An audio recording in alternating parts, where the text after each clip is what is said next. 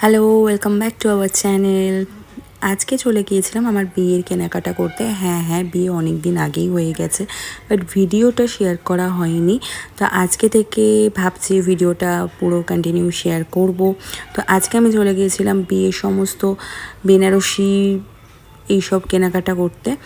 তো সমস্তটাই ভাবছি আজকে কেনাকাটা করে নেব। তো আমরা চলে গিয়েছিলাম আজকে কলেজ স্ট্রিটে আদি ঢাকেশ্বরীতে। তো সেখানে ভালো ভালো কালেকশন আমি আগেই দেখেছিলাম, তো খুবই পছন্দ হয়েছিল আমার।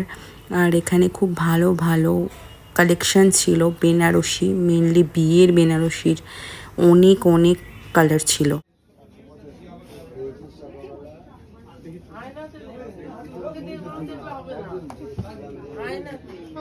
পেছন দিকে ঘোরো, পেছন দিকে ঘোরো।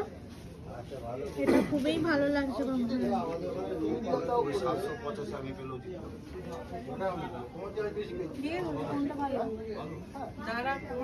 এটা দেখলে তো এবারে ওটা করি। বাবাকে একটু দেখতে দাও। তোমার ছেলে মেম্বার হয়েছে। এটা কিন্তু খারাপ লাগছে না কঙ্কনাদি। তাই না? ব্রাইট মোবাইল কালার আছে। এই কালারটা যেখানে রান্না করো ওটাও তো নিয়ে এসেছো। আমাকে তো আসেনি। অনেক দিনে পুরনো শাড়ি পরে এসেছিস তুই।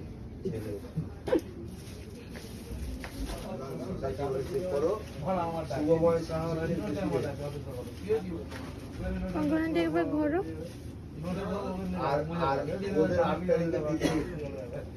বা ঘোরো। এই কালারটা আসছে? হ্যাঁ, এই কালারটা এসেছে। খুব ডিপ ডিপ লাগছে।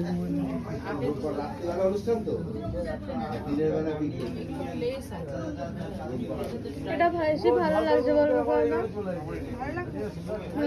ভালো লাগছে জেঠিমা, এটা ভালো লাগছে না? আমি সেদিন থেকে বলছি এটাই মানায় তোমাকে।